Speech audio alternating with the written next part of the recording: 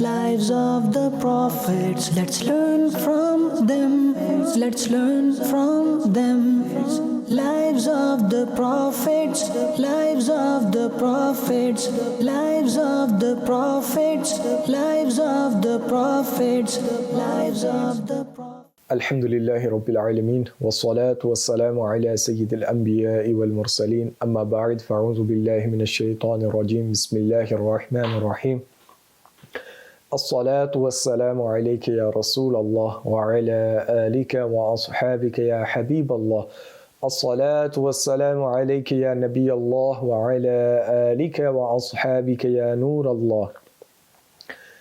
There are many virtues and blessings of reciting salat and salam upon the Messenger of Allah sallallahu alayhi wasallam. And there are many blessings that we have heard, for example, closeness to the Messenger of Allah, shaking hands with the Messenger of Allah, seeing your place in paradise, being risen with the martyrs on the Day of Judgment, all your worries being removed. All of these are benefits of reciting the durood upon the Messenger of Allah. But there are also wa'ids, there is also punishment for the people who do not do this. The Messenger of Allah sallallahu alayhi wasallam said, stingy is that individual, bakhil, stingy is that individual who has my dhikr but does not recite durood and salam upon me. Meaning, if the Messenger of Allah sallallahu alayhi wasallam is being mentioned in front of you, then it is better, it is preferred, it is out of adab that you send salutations upon the Messenger of Allah sallallahu alayhi wasallam. I don't think that the more times I do it, the more I'm going to get tired, etc. But no, with every single durood, with every single salam you recite to the Messenger of Allah, Allah subhanahu wa ta'ala will create a nur in your heart. Allah ta'ala will remove your worries. Allah ta'ala will remove your bad deeds. Allah ta'ala will grant you good deeds. Allah ta'ala will elevate your darajat, your ranks in His court. So never be shy of expressing your love for the Messenger of Allah sallallahu alayhi wa sallam. Sallu ala al-Habib sallallahu ta'ala ala Muhammad sallallahu alayhi wa sallam. Welcome back to the program Lives of the Prophets alayhi wassalatu wassalam, in which we look at the biographies of Prophets alayhi wassalam, the historical events which took place, how we can learn from some stories and motivate from us, and how from other stories we can scare ourselves and protect ourselves from the punishment of Allah Ta'ala. And we have covered numerous prophets. We have covered Sayyidina Adam, Sayyidina Idris, Sheeth, Sayyidina Nuh alayhi salatu wassalam. And now we are on the Prophet Ibrahim alayhi salam. In the previous episode, we did cover some of the starting life of Sayyidina Ibrahim alayhi salam. We talked a bit about his enemy Namrood, his uncle who was not a believer, who people mistake to be his father, but it is not his father, it is his uncle. And like this, we talked about the logical and rational proofs Sayyidina Ibrahim alayhi salatu wassalam would give. But remember, I would like to point something here, that Sayyidina Ibrahim alayhi salatu wasalam was gifted by Allah subhanahu wa ta'ala to be able to debate and argue with people who are the rejectors of Islam. Now, if an individual, he is not himself strong in his aqidah, if a person himself is not strong in his creed, his beliefs, then it is not recommended for him to go out and argue with such people. Why? Because sometimes, due to your lack of knowledge or due to not having the optimal skills to be able to take on these people, you indulge in conversation with them, and certain objections get stuck in your head and you do not have the answer for it, and that objection will carry on eating you alive from the inside, to the extent, ma'azallah, you could even lose your iman. So do not risk your iman to win an argument. Do not risk your iman to gain a few views on social media. Do not risk your iman to be known within people. Remember, you are going to go in your grave alone, and you're going to face Allah alone as well. So you should be careful about protecting your deen and iman. Sallu ala al-Habib sallallahu ta'ala ala Muhammad sallallahu alayhi wasallam. So carrying on with the arguments which Sayyidina Ibrahim alayhi salatu wasalam was presenting to the people of his nation. Sayyidina Ibrahim says, Bismillahir Rahmanir Rahim, إِذْ قَالَ لِأَبِيهِ وَقَوْمِهِ مَاذَا تَعْبُدُونَ أَإِفْكًا آلِهَةً دُونَ اللَّهِ تُرِيدُونَ فَمَا ظَنُّكُمْ بِرَبِّ الْعَالَمِينَ. Translation from Kanzul Iman. When he, Ibrahim, said to his father and his people, what do you worship? Do you desire a God other than Allah through fabrications? So what is your perception regarding the Lord of the worlds? This is what Sayyidina Ibrahim alayhi salatu wasalam said to his people, to which the people replied, And they said to Ibrahim alayhi salam, tomorrow is the day of our Eid. Tomorrow is the day of our celebration. It is the day of our festival. And there will be a festival in the woods. We will cook exquisite foods. We will place them in front of the idols and eat them to gain blessings from returning from the festival. You should also come with us and witness the crowd, the festival's hustle and bustle, the beauty of the adorned idols from your return. After seeing the skeptical, we believe that you will rebuke, that you will leave your Lord and you will come and follow our Lords. Prophet Ibrahim alayhi salatu wasalam looked at the sky. He glanced upon the sky and the stars like an expert in this knowledge of the stars, and he said, I am going to be ill.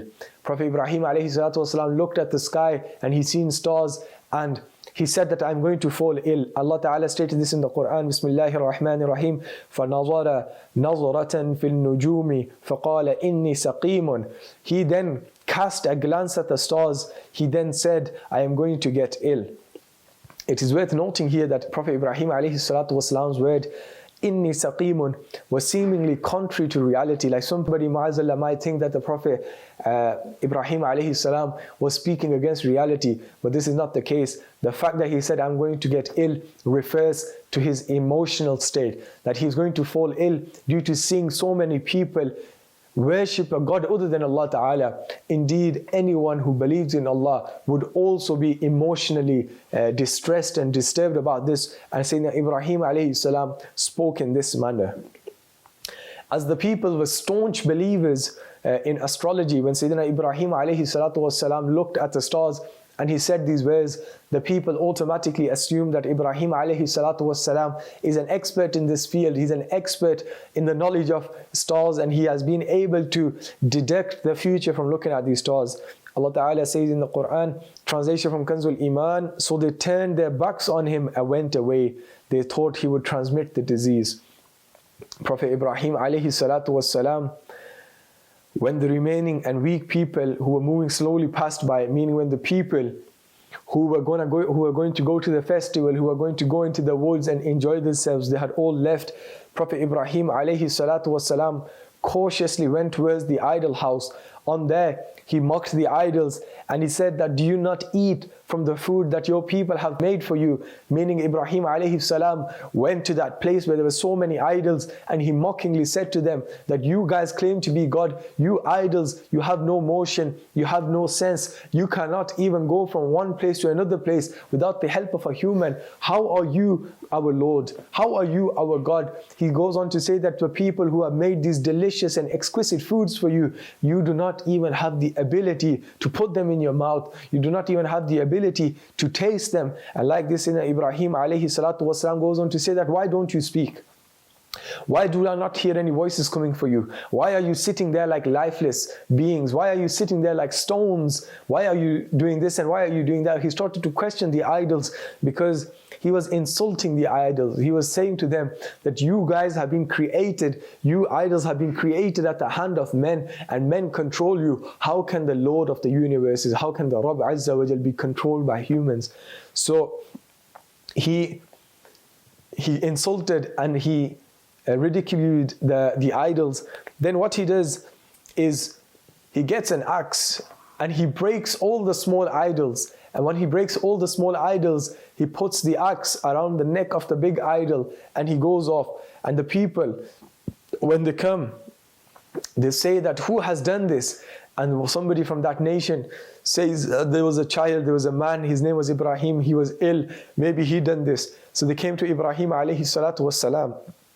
And when they came to him, they said that, did you do this? And Ibrahim alayhi salatu wasalam replied, why don't you ask your lords? Why don't you ask your idols? Why don't you ask the big idol with the axe around his head that who did it? Your lords do not even have the capability and ability to tell you who destroyed them. And these are the things you worship.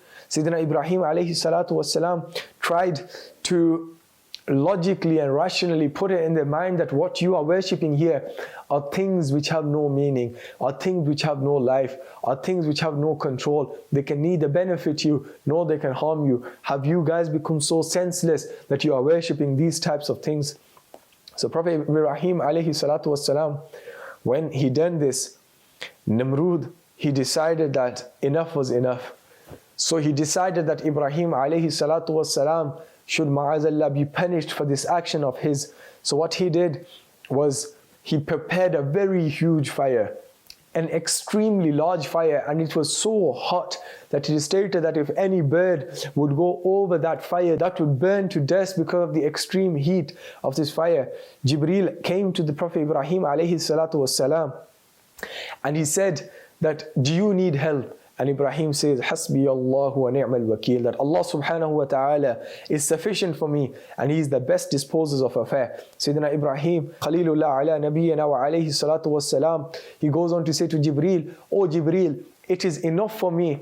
It is enough for me to know that my Rabb Azza wa Jal He knows my state. My Rabb Azza wa Jal, He knows my condition, and this is enough for me. Whatever Allah Ta'ala wills, I am happy with it. I am not going to go against the will of Allah Subhanahu wa Ta'ala. And Sayyidi Ala Hazrat Rahmatullah alayhi stated that common believers should not leave supplication, meaning the level of the tawakkul of Ibrahim alayhi salatu wasalam was such that when Jibreel came to him and asked him to pray to his Lord, Ibrahim replied that my Rabb knows my condition, I am happy with what He does. But as normal Muslims, as people, as the ummatis of Rasulullah sallallahu alayhi wasallam, we should worship and we should make supplications at every single moment of our life. In any single difficulty or in any single tribulation, we should remember our Rabb Azza wa Jal. However, we should also adopt the Sunnah of Ibrahim alayhi salam. We should also do the wird. We should also repeatedly recite Hasbi Allah wa ni'mal wakil, that Allah subhanahu wa ta'ala is sufficient for me. Allah subhanahu wa ta'ala knows my state. Allah subhanahu wa ta'ala knows what I am going through. And this is the highest level of tawakkul. When he was casted into a fire, and the way they casted him was very strange as well, because the fire was so hot, they were unable to get close to him. So they brought a catapult. A catapult is that on one side you place something and on the other side there is a rock, and when the rock swings, it catapults, it throws what is in that basket. So they placed Ibrahim alayhi salatu wassalam and they threw him.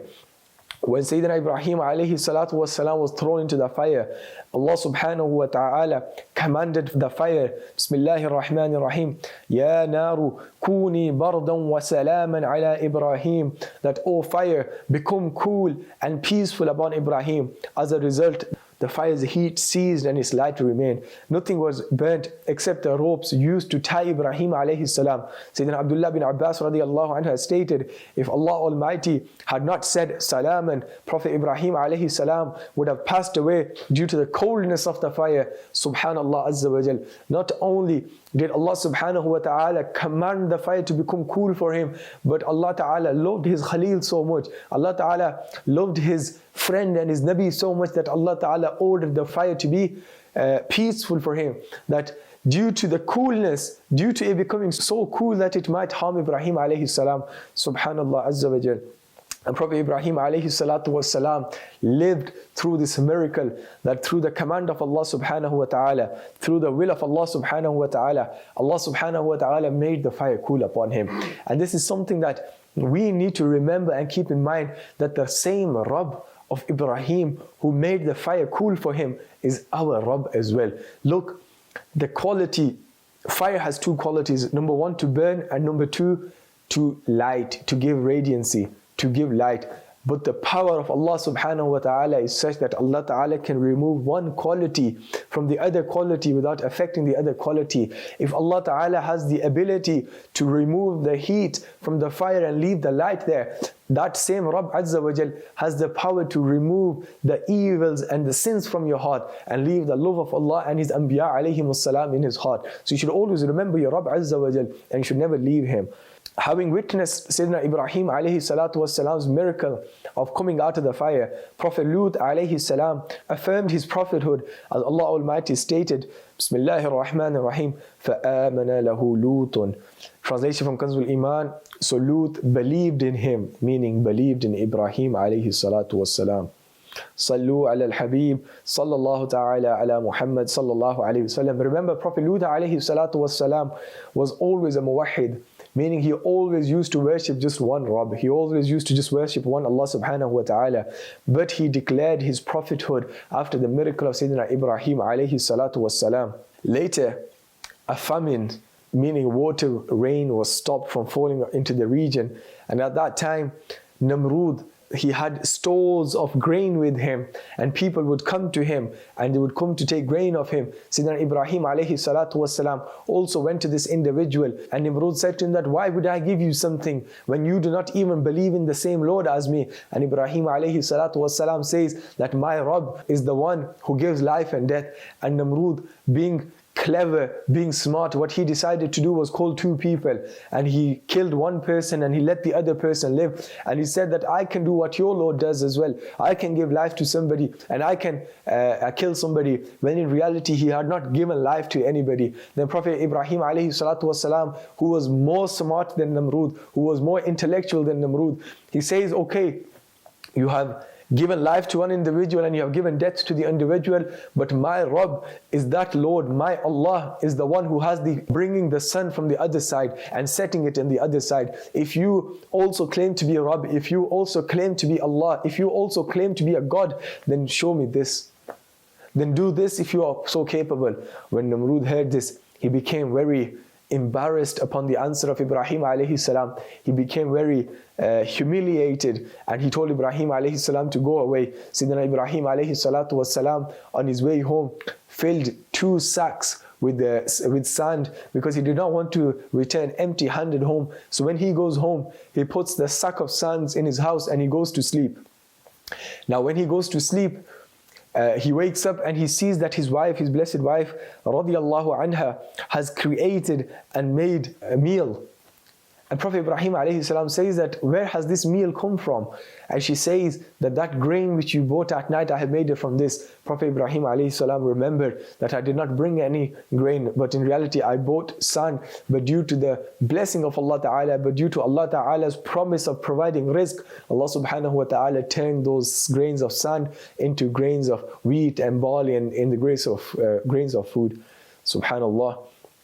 This was a short biography of our Sayyidina Ibrahim alayhi salatu wasalam, and we are still not done with Ibrahim. It has been stated that Sayyidina Salman Farsi radiallahu anhu said that once 2 hungry lions approached Ibrahim alayhi salam. They were unleashed on Ibrahim alayhi salam. When the lions saw his magnificent face, when the lions came into his presence, they put their heads in the feet of Ibrahim alayhi salam and they started to lick his feet. This is the status of the Khalil of Allah Ta'ala. This is the status of the Khalilullah, that Allah subhanahu wa ta'ala even orders the king of the jungles to come and lick the feet of Ibrahim alayhi salatu wasalam. And this is the status Allah subhanahu wa ta'ala grants His blessed Anbiya. Inshallah Azza wa Jal, in the next episode, we will talk about the sacrifice Ibrahim alayhi salam made in relation to sacrificing his child after hearing the command of Allah Ta'ala in his dream. May Allah subhanahu wa ta'ala make us of those who have true tawakkul upon Allah subhanahu wa ta'ala.